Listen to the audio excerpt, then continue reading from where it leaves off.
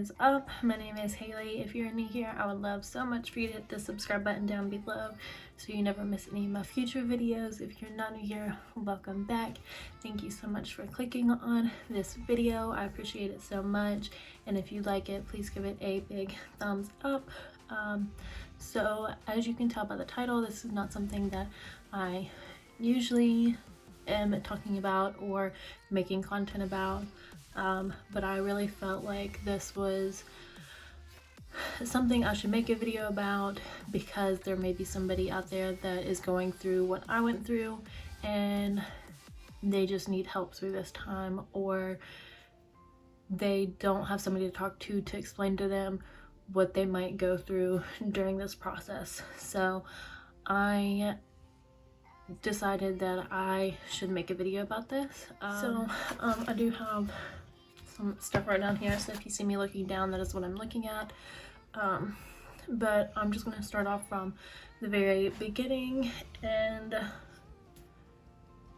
just go from there. So about mid-November of 2019, Cam and Bentley had taken a trip to Texas just to see Cam's friends, look at apartments and all that stuff.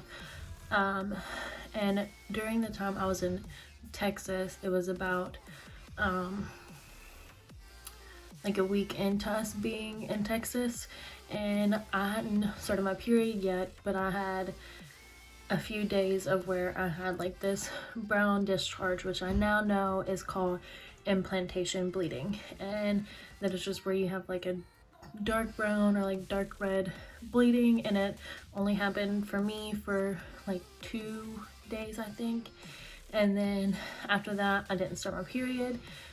But I did take a pregnancy test after that just to see what it said, because I talked to my friend and she said, I'm pretty sure that's implantation bleeding. So I took a pregnancy test and it came back negative at that time.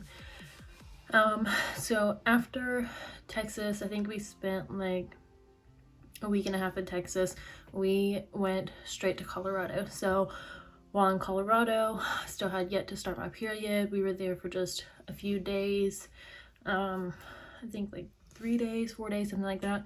But I had started to notice like other symptoms like breast tenderness. I started to get migraine, or not really, headaches, but that was all I had noticed at that point. And then on our way home from Colorado, we actually hit a deer on our way home, so we ended up getting stuck in the middle of Kansas, but that's a different story time. But we were stuck there for I think 4 days, maybe ish, 4 or 5 days, something like that. Cam's mom and her husband came and got us because the car was totaled. But anyways, on the trip home, I then noticed I was going to the bathroom a lot more, and I'd still yet hadn't started my period. So when we got home, I think we got home December 8th. Yeah, December 8th we made it home. And I already had a test there, so I was like, I'm just gonna go ahead and take this test just to see, because I still have yet to start my period. So on December 9th, I took a test and it came back positive that day. And we were really excited. We told our family. Bentley was super, super excited. I think it was December 18th, I went to the doctor just to confirm the pregnancy, and they just did a pee test, and then based off my period, they told me I was about 5 weeks along.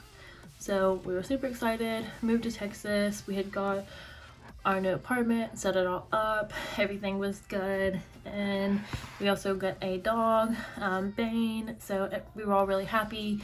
There wasn't any stress, anything going on like that. But around January 15th-ish, I started spotting. But that can be normal with pregnancy. There can be spotting and there can be cramping in the first trimester. So I didn't think anything about it. And then on January 23rd, so it started the 15th, and on January 23rd, the bleeding had turned into like a really, really heavy period, and like my periods are normally like heavy anyways, but this was like even more than my normal period. So that's when I started thinking like, okay, something's not right. I shouldn't be bleeding this much. So that happened for a couple days, and then the bleeding had turned into clots, and I would just go to the bathroom, and I wore pads the whole time that all this was happening, and there would just be clots, and like not like little tiny like big clots, it just multiple throughout the day. I would be showering and there would just clots would just come out. So I knew that something was not right, and I messaged my friend again, and she said maybe you need to go to the hospital. So then I went ahead and I also messaged my aunt, and she is a nurse in labor and delivery, and she has also gone through miscarriages, so I knew talking to her she would know what was going on for the most part, or she could at least tell me what she thought was going on. So I messaged her, and she had mentioned that maybe it was subchronic hemorrhaging, I think that's what she called it, and she said usually that doesn't mean it's a big deal.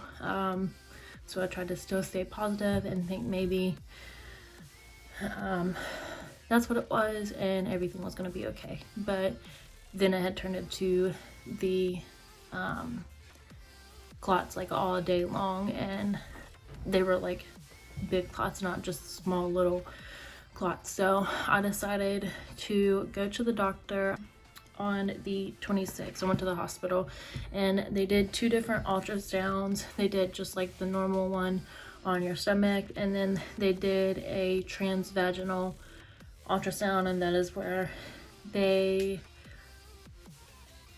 take, it looks like, I don't even know, it honestly looks kind of like this. It's clear, and they insert that in and do an ultrasound from the inside. If you don't know, that's kind of explaining how it is. It is uncomfortable, but it's not horrible. But they did that, and while doing that, they told me that there was no heartbeat, and that there was no heartbeat, but they would give everything to the doctor, and the doctor would come in and explain everything to me. So I was in there for hours and hours and hours, but the doctor came in and explained that the baby was only measuring at 5 weeks, and at this time I should have been about 8 weeks almost, and the baby was only measuring at 5 weeks, and there was no heartbeat. So they said I was going through a miscarriage, and that was probably, like, I've been through a lot of pain in life, and that is one of the most painful things to go through, because you don't, they say like 1 in 4 or something like that pregnancies miscarry, and they don't know why. They're like, you didn't do anything, but sorry. But it can happen to anyone. So after I left the hospital, I don't feel like the doctor really explained to me what could happen. She's confirmed that I was miscarrying, and then she just said follow up with the doctor, and they will decide whether you need any medication to help push the miscarriage, whether you can pass it naturally, or whether you have to have a D&C, and that's where they go in and clean everything out. But I went to the doctor the 26th, and on the 27th I passed the miscarriage naturally. So the cramps and everything continued on for probably 3 to 5-ish days, somewhere in there.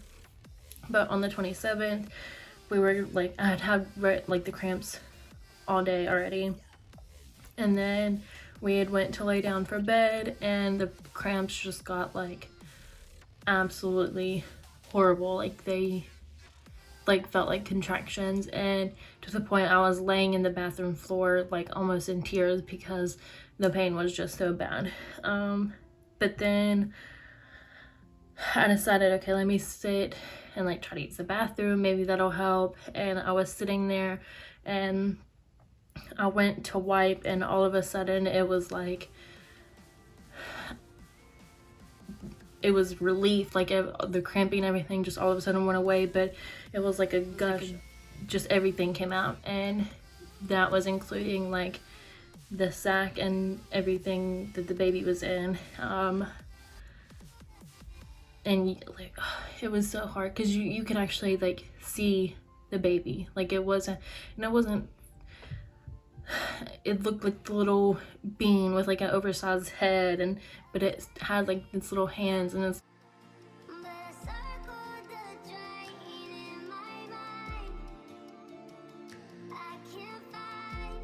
like you could see the baby, and I think that was the hardest part. And I didn't know what to do. The doctor didn't say that that would happen, and I didn't know what to do. I sat in the bathroom for probably 45 minutes to an hour just crying because I didn't know what to do, and I wasn't told like that would happen. So I sat in there forever and just cried, and I talked to my friend on the, well, I wasn't on the phone, but I was just messaging back and forth, and she talked to me a little bit, and I was also talking to Cam, and he helped me through it. But that is probably one of the hardest things I've ever had to go through. But I got myself cleaned up, and then I ended up laying down and going to sleep, but the cramps and bleeding continued for a few days, and then the miscarriage was completely over with. But that miscarrying is just, nobody should ever have to go through that. It is, whether it's at 8 weeks or whether it's at 20 weeks, it's hard at whatever length you're at of your pregnancy. It's really hard, and nobody should ever have to go through that. And it's painful, and it's sad, and it's mentally, emotionally, physically hard to go through. And I just felt like I needed to share what you might go through when you are miscarrying, because like I said, I don't feel like my doctor really explained it very well. She just said, yeah, you're miscarrying, follow up with the doctor and they'll tell you what you might have to do. She didn't explain like this could happen or this could happen. So I kind of didn't expect any of that, and it was just extremely hard to go through. But that is my miscarriage story. I hope I never have to go through that again, and I hope nobody goes through that. I don't wish that on my worst enemy at all. But I do want to just let you know that down below my Instagram will be linked, and if anybody who is going through this or has gone through this and is having a hard time getting through this, I'm still getting through this. This was just a few months ago. My Instagram will be linked below, and you can message me anytime, and I will talk to you if you don't have anybody else to talk to, because it's hard and you need somebody there for you. So I just again wanted to make this video to help inform anybody who is going through this as much as I can, the way I went through it. Just if you know anybody who's going through this, be there for them, because it is extremely hard in every type of way, and it's something nobody should ever have to go through. But again, my Instagram will be linked below. If you need somebody to talk to, I'm here. And if you have any other questions, you can message me or even leave them down below. But thank you so much for taking the time to watch this video. I love you guys so much, and I will see you next time.